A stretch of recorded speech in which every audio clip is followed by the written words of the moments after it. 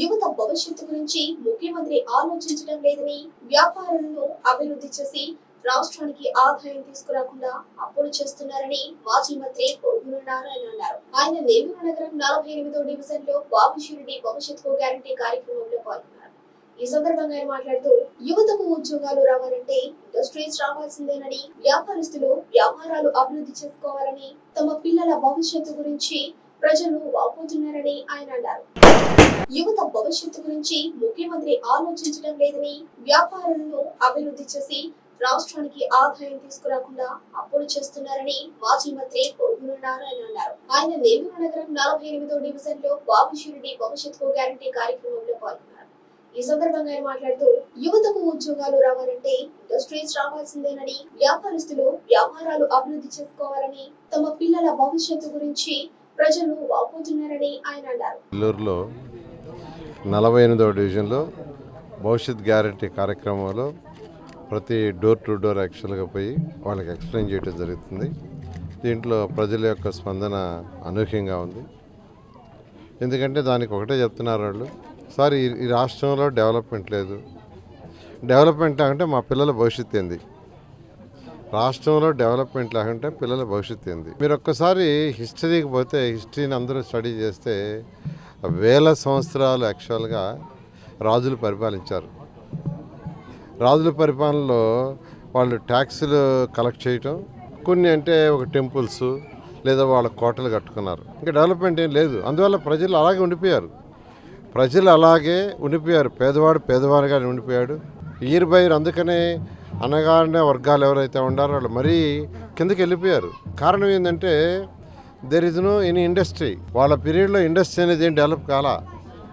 మీరు ఒక్కసారి ప్రజలందరూ గతం మన హిస్టరీని, వేల సంవత్సరాల హిస్టరీని స్టడీ చేస్తే రాజులు పరిపాలించారు.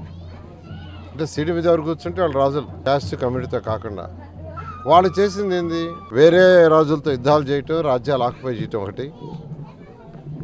రెండోది కొన్ని దగ్గర టెంపుల్స్ అవి కట్టారు. తర్వాత ఇంకా డెవలప్మెంట్ అంటే ఏం లేదు. అందువల్ల యువత అంటే అక్కడి నుంచి వచ్చిన యువతకి వేరే అవకాశాలు లేవు. కానీ ఈరోజు ప్రజాస్వామ్యంలో ఉన్నాం, ప్రపంచం అంతా ముందుకు పోతుంది.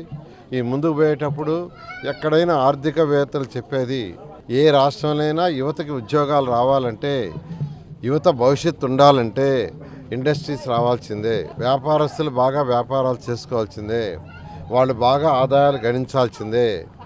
వాళ్ళు బాగా ఆదాయాలు వస్తే ప్రభుత్వానికి ఖజానా నిండుతుంది. ఖజానా నిండితే కొంత సంక్షేమం, కొంత డెవలప్మెంట్ చేయొచ్చు. కానీ అసలు ఇండస్ట్రీస్ ఏమీ లేనప్పుడు మన యూత్ ఇప్పుడైతే ఏ పిల్లలైతే బీటెక్లు చదువుతున్నారో, బీఎస్సీ చదువుతున్నారు, ఎంఎస్సీ చదువుతున్నారు, ఇంటర్ చదువుతున్నారు, 10th చదువుతున్నారు, స్కూల్ లెవెల్ చదువు, వాళ్ళందరూ యొక్క భవిష్యత్తు అంధకారం. ఈరోజు హైదరాబాద్ సిటీ తీసుకుంటే ఆ రోజు చంద్రబాబు నాయుడు ఒక చిన్న బిల్డింగ్, హైటెక్ బిల్డింగ్ మాదాపూర్ ఒక బిల్డింగ్కి ఆ రోజు శంకుస్థాపన చేస్తే ఓ అని రచ్చ చేశారు, గందరగోళం చేశారు. రోజు టీవీలు అదే ఒక 2 నెలల పాటు.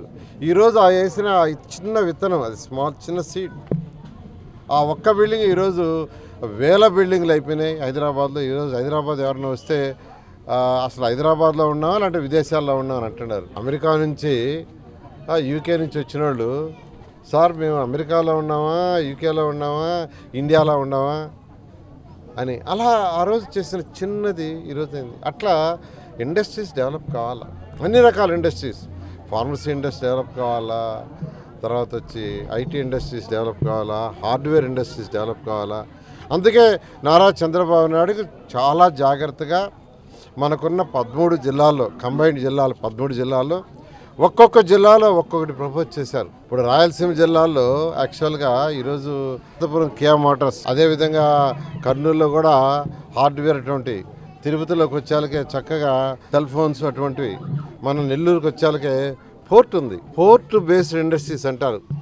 పోర్ట్ ఎక్కడుంటే అక్కడ ఆ పోర్ట్గా వచ్చే ఇంపోర్ట్ అండ్ ఎక్స్పోర్ట్ చేయడానికి వీలుండే ఇండస్ట్రీస్ రావాలా.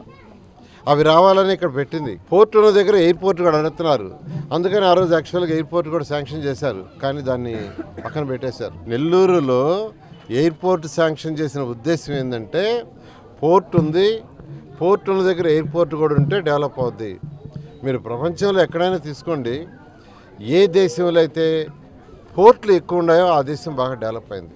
పోర్ట్లు ఎక్కువ ఉన్న దేశాలు బాగా డెవలప్ అయినాయి. సింగపూర్ చిన్న సిటీ, చిన్న స్మాల్ సిటీ, ఎంత 50 లక్షల పాపులేషన్, 55 లక్షలు, ఇప్పుడు 5 లక్షలు పెరిగిందేమో. అందులో 35 లక్షలు వాళ్ళు నేటివ్, మిగతా వాళ్ళందరూ బయట నుంచి వచ్చిన వాళ్ళు. ఈరోజు very powerful country because of port. ఆ ఉద్దేశంలో చంద్రబాబు నాయుడు మన యొక్క 13 జిల్లాల్లో మొత్తం 14 పోర్టులని శాంక్షన్ చేశారు. 14.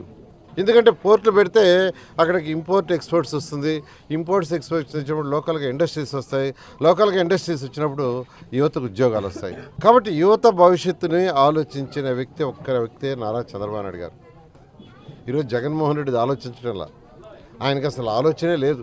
అసలు ఆలోచన ఇండస్ట్రీస్, బిజినెస్ పీపుల్, వ్యాపారస్తులు బాగా వ్యాపారాలు చేసుకోవాలా, బాగా సంపాదించాలా, బాగా సంపాదించి ఇన్కమ్ ట్యాక్స్లు జిఎస్టీలు కట్టాలా, ప్రభుత్వానికి డబ్బులు రావాలా, వాటిని తీసి మళ్ళీ ప్రజలకు ఖర్చు పెడతాం లేదు.